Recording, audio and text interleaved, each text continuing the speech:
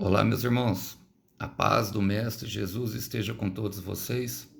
Que Deus abençoe quem me ouve, que o Senhor Deus Todo-Poderoso possa manifestar a tua bondade e vir falar direto aos nossos corações no dia de hoje, começando aí um final de semana prolongado, que seja de muitas bênçãos para você, para sua família, que sejam de descanso, de refrigério, de alívio para almas que estão cansadas da caminhada. E às vezes cansa, não é verdade?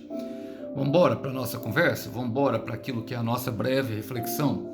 Quero ler com vocês, irmãos, a epístola de Paulo aos Gálatas. Quero ler o capítulo 1, do verso 1 em diante, para aquilo que o Senhor quer falar conosco, ao nosso coração no dia de hoje. Diz assim: Eu, Paulo, apóstolo nomeado, não por um grupo de pessoas, nem por autoridade humana, mas pelo próprio Jesus Cristo e por Deus, o Pai, que ressuscitou Jesus dos mortos. Escrevo esta carta com todos os irmãos que estão comigo, a igreja da Galácia. Que Deus, o Pai, e nosso Senhor Jesus Cristo lhes dê graça e paz. Jesus entregou sua vida por nossos pecados, a fim de nos resgatar deste mundo mau, conforme Deus, no Pai, havia planejado. Toda a glória a Deus, para todos sempre, e amém. Glória a Deus.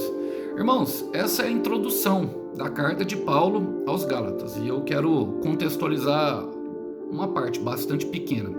Paulo sofreu nessa igreja tremenda rejeição, porque foram implantados alguns judaizantes que não concordavam com Paulo na forma dele pregar a graça de Deus, que nós somos salvos somente por essa graça. E eu sei que muitas pessoas fazem essa confusão, irmão, entre obra, graça e realmente o chamado ministerial, qual que é o nosso desempenho, o que nós devemos fazer.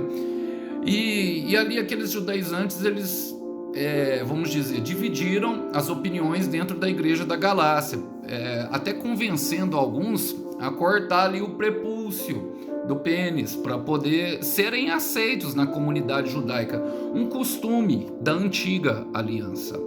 E Paulo ficou bastante chateado com isso. Por quê? Porque ele era o pai espiritual daquela igreja. E sobre nós, irmãos, a questão da paternidade espiritual, embora ela não seja relatada de forma explícita, ela de fato ela existe, que a paternidade é a mesma coisa de liderança, de pastor, daquele que foi levantado para cuidar e a ovelha, e são funções. Elas jamais podem ser usadas de cunho religioso a ponto que permitam algum tipo de abuso entre as pessoas. Uma pessoa não é melhor porque é pastor. Eu não sou melhor que ninguém porque sou presbítero. Eu não sou melhor porque fui ungido e porque fui separado a Deus a uma missão. Só tenho uma missão e estou exercendo o meu chamado. E é isso que eu quero conversar com vocês um pouco hoje. Vamos lá? Fala assim: eu, Paulo, apóstolo, nomeado não por um grupo de pessoas, nem por alguma autoridade humana, mas pelo próprio Jesus Cristo e por Deus o Pai, que ressuscitou Jesus dos mortos. Irmãos, em toda crença, ela existe um fundamento. E o fundamento do Evangelho é justamente que nós venhamos a crer que o Senhor Jesus ressuscitou dos mortos. E é isso que faz total diferença. Por quê? O Senhor Jesus falou que era necessário que ele fosse para que o Espírito Santo viesse. E o Espírito Santo em nós significa Cristo em nós, a esperança da glória. É a manifestação de um Deus todo-poderoso, capaz de guiar várias pessoas num único propósito, a qual ele planejou antes da criação do mundo. E por que a ressurreição dos mortos? Irmão, você vê pessoas fazendo várias coisas. Tem muitas pessoas que têm propósito fora de Deus, irmão. Vários tipos de propósito, como por exemplo enriquecer, como por exemplo ser uma pessoa, mas eles não trazem de fato plenitude de vida e uma alegria completa que somente Deus pode fornecer, irmão. Deus é como se fosse, o Espírito Santo é como se fosse a nossa bateria, aquilo que recarrega, aquilo que nos impulsiona. Eu estou falando de maneira bem simplista, irmão. Logicamente, ele é um Deus. O Espírito Santo ele deve ser tratado como um Deus e ele é muito mais do que isso. A sua atribuição, o seu ministério. E sem o Espírito Santo, nós não temos um chamado. Então, o que acontece, irmão? Um chamado nasce no céu. um chamado ministerial. E isso pode ser qualquer coisa, pode ser apóstolo, como ele está falando, eu, Paulo, apóstolo, não nomeado por um grupo de pessoas, mas ou por autoridade humana. E tem muitas pessoas que pensam. E ele estava sendo confrontado pela igreja da Galácia justamente por isso. Só que ele só foi se apresentar a Pedro, a Tiago, que eram os líderes levantados por Deus, e ele respeitava, ele não tinha desrespeito com isso, não é uma verdade, mas ele foi levantado, Ananias que impôs a mão sobre ele, e para ele receber o Espírito Santo, porque nós precisamos receber o Espírito Santo para cumprir o nosso chamado, e dali ele já partiu mesmo, irmão, da onde ele estava fazendo mal, que era em Damasco, começou a anunciar, e 3 anos depois que ele foi visitar a igreja, para colocar as coisas em ordem. E Pedro, Tiago e João entenderam que ele foi chamado por Deus, irmão, e hora nenhuma desaprovaram. Porque quem tem o Espírito Santo de Deus, o Espírito testifica que a outra pessoa é de Deus. Então, um chamado ele nasce no céu, ele não nasce de uma vontade meramente humana. Jeremias 1,5 fala, eu já o conhecia antes de você ser formado no ventre da sua mãe. É Deus falando para Jeremias. Antes de ser formado, eu já tinha um plano para a sua vida. Antes do seu nascimento, eu já havia separado e escolhido para ser o meu profeta às nações.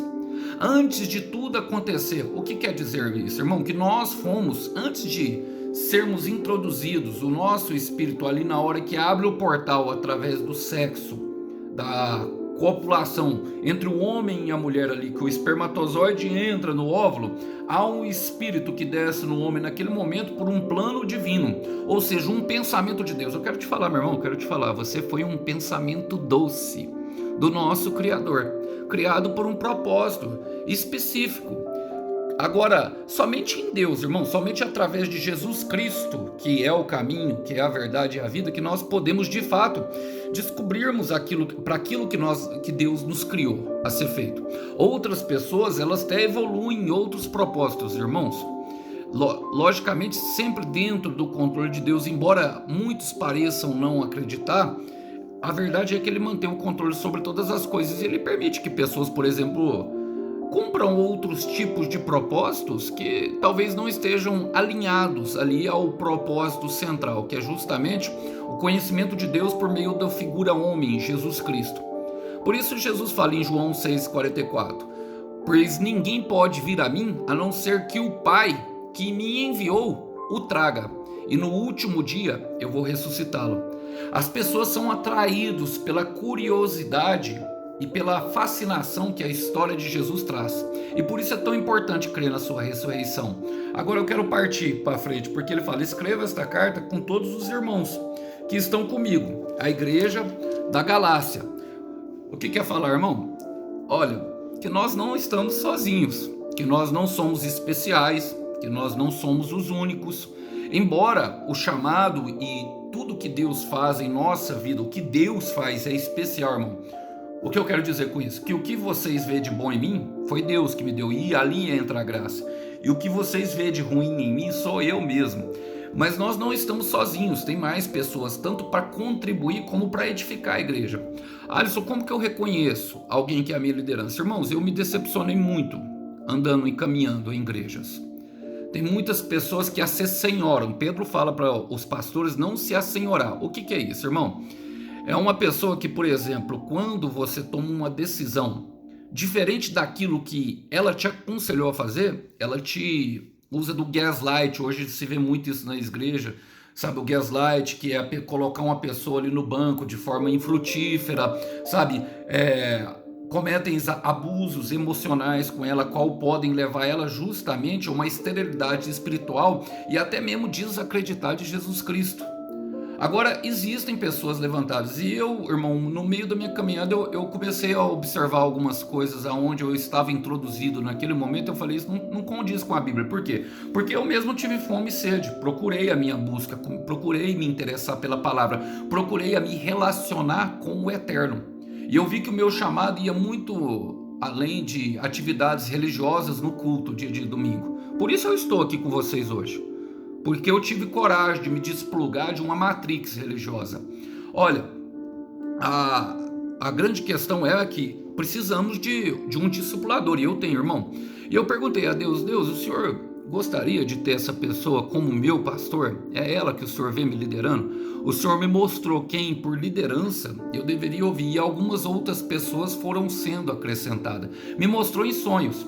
Eu tenho, por exemplo, pessoas que eu sou o discipulador, que elas sonharam. Eu tenho um amigo que ele passa por muita dificuldade, mas sempre quando ele precisa de um conselho espiritual, e nós nem congregamos junto, mas nós nos vemos sempre conversamos, e ele fala para mim, ele sempre pergunta para mim, por quê? Porque Deus mostrou para ele a caminhada e mostrou eu no sonho. Em cima do monte eu falava as coisas para ele. Quando você sonha com um profeta, quando você sonha com um homem, uma mulher de Deus, alguma pessoa, significa que aquela pessoa foi estabelecida sobre você. E nem sempre pode dar certo, irmão, nem sempre. Por quê? Porque as pessoas, elas têm o livre-arbítrio. Nós discipulamos, mas talvez nem sempre elas vão atender nós. Aitofel, quando não teve o seu conselho atendido, ele se enforcou, irmão. Ele era líder de Davi, aí ele virou a casaca, se juntou na traição com Absalão, foi aconselhar Absalão e Absalão negou o conselho dele depois. Só que nós não podemos nos assenhorar, irmão. As pessoas têm liberdade de escolher. E isso tem tudo a ver com a história, tem tudo a ver com algumas coisas. E ali naquele momento que há um momento de desconexão espiritual, quando não se respeitam as vontades.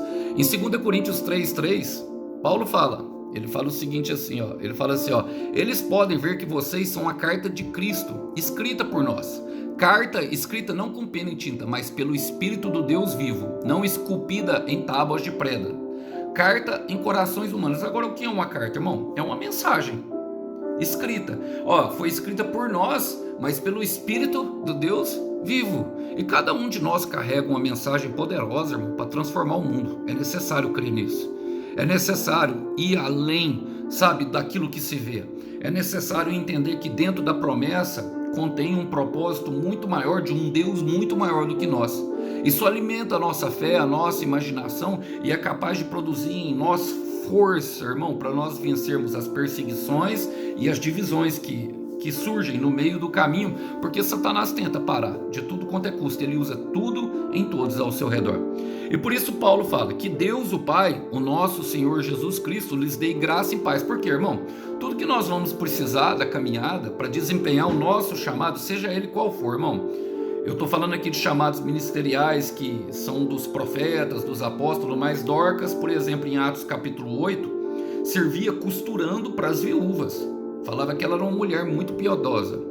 Tem pessoas que foram chamadas, meu irmão, por exemplo, para ser esposa, para ser esposo, tem pessoas que foram chamadas para trabalhar numa fábrica, tem pessoas que foram chamadas para o empresariado. Isso é uma conversa sua com Deus, irmão. Eu não posso estabelecer um propósito sobre você, mas eu posso te ajudar a construir ele. E o que você vai precisar é justamente da graça e da paz. Tudo que precisamos para caminhar, irmão, é da graça e da paz. Olha o que Paulo fala em 2 Timóteo, para Timóteo, um que era filho espiritual dele. 2 Timóteo, capítulo 1, versículo 9, Paulo diz o seguinte para aquele que ele estava discipulando: foi ele quem nos salvou. Você percebe o caráter de Paulo de apontar sempre o caminho para Jesus? Porque todos nós, através da nossa história, estamos construindo justamente isso, irmão. Nós somos chamados para ser ponte entre as pessoas e entre Jesus, através da sua palavra santa. Ele fala, ó, e ele nos escolheu para o seu santo trabalho. É ele que nos capacita, é dele que vem todas as coisas, não porque merecemos, ninguém merece, e aí onde entra a graça, mas porque esse era o seu plano muito antes do princípio do mundo, mostrar o seu amor e a sua graça para conosco por meio de Cristo Jesus. Quero falar um pouco sobre a graça e sobre andar no Espírito. Invariavelmente precisaremos aprender. Quero contar um testemunho que o Senhor estava me lembrando de como eu fui aprendendo a andar.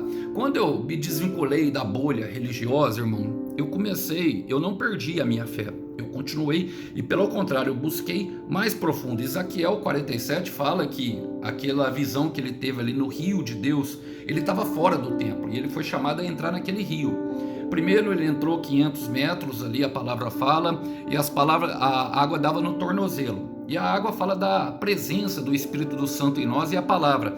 E depois mais 500 metros no joelho, mais 500 metros no lombo, e mais 500 metros até que a água tomou conta de todo o ser. O que aconteceu, irmão?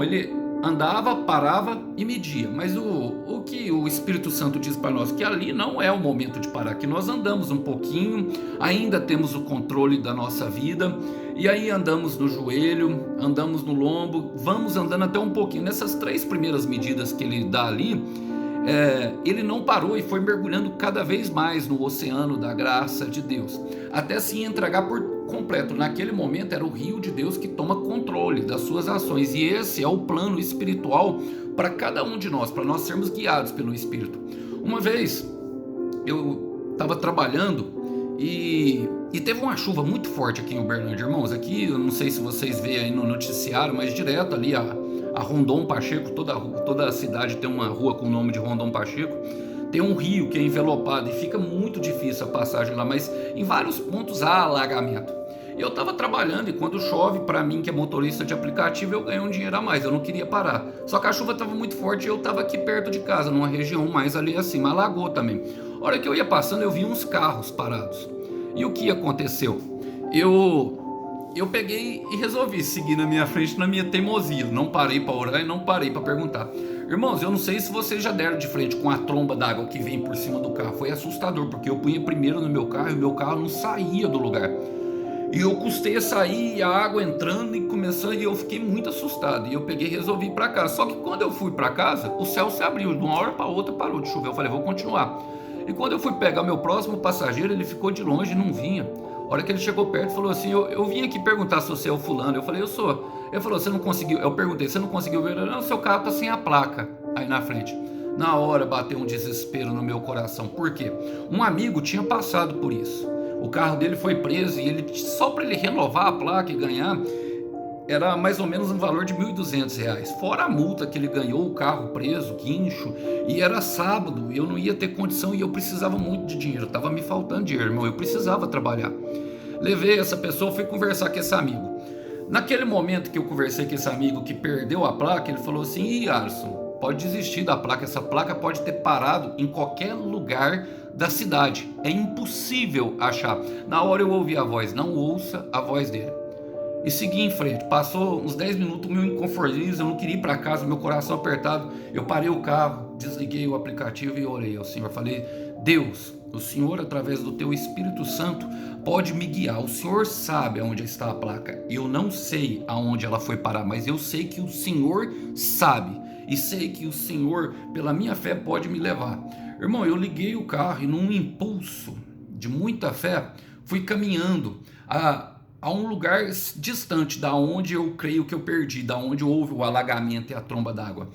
E naquele momento onde eu cheguei perto, era até perto, razoavelmente, mas não era no mesmo lugar. Ele falou, para o carro. Eu parei o carro no meio da rua, olha para a esquerda. Na hora que eu olhei, eu vi lá no meio dos matinhos, assim, um flash branco. Irmão, eu levantei já muito alegre, chorando e olhando para o céu. Porque a hora que eu saí do carro, deixei o carro ligado no meio da rua, fui olhar lá, a placa estava lá. Agora, quem me explica isso, irmão? Talvez você não acredite que seja um milagre de Deus, mas eu parei no lugar certo, no ponto exato, aonde estava a placa e liguei para o lugar certo. Não teve erro. Então é para isso que nós fomos chamados, irmão, para andar na graça. E para isso nós vamos precisar de paz, porque a paz fala justamente dos sentimentos. E em alguns momentos ele vai nos tirar a paz de alguns lugares onde nós estamos e com pessoas, irmãos. E precisamos disso para poder caminhar num chamado celestial. Paulo continua falando, ele fala assim, irmão, olha, Jesus entregou a sua vida por nossos pecados, a fim de nos resgatar deste mundo mau, conforme Deus, nosso Pai, havia planejado. Há um plano estabelecido, meu irmão, já há um plano. E mais do que isso, um suporte preparado. Por isso ele enviou Jesus. Por quê, irmão?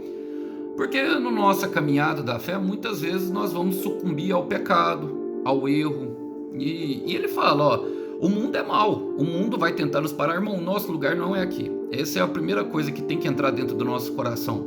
A eternidade de um mundo que já foi preparado para nós, que nós andaremos com o nosso Deus, que ele será o nosso sol de dia e à noite. Um lugar onde tudo aquilo que nós buscamos que é passageiro, como por exemplo o ouro, se torna o chão desse lugar.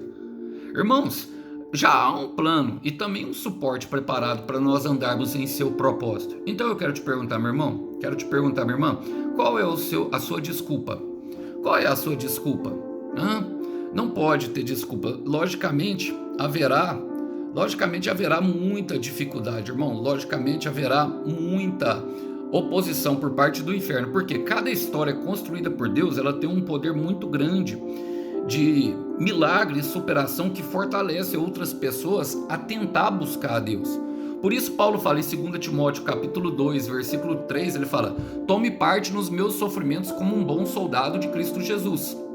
E como soldado, não se deixe prender pelos negócios desse mundo, porque se fizer assim, você não poderá satisfazer aquele que alistou você no exército. Exército, meu irmão, veja a linguagem: exército, soldado, somos guerreiros e guerreiras valentes. Siga as determinações do Senhor para a execução da sua obra, como um atleta que obedece às regras, ou é desclassificado e não recebe prêmio nenhum. Irmãos, e um atleta só ganha quem chega em primeiro lugar.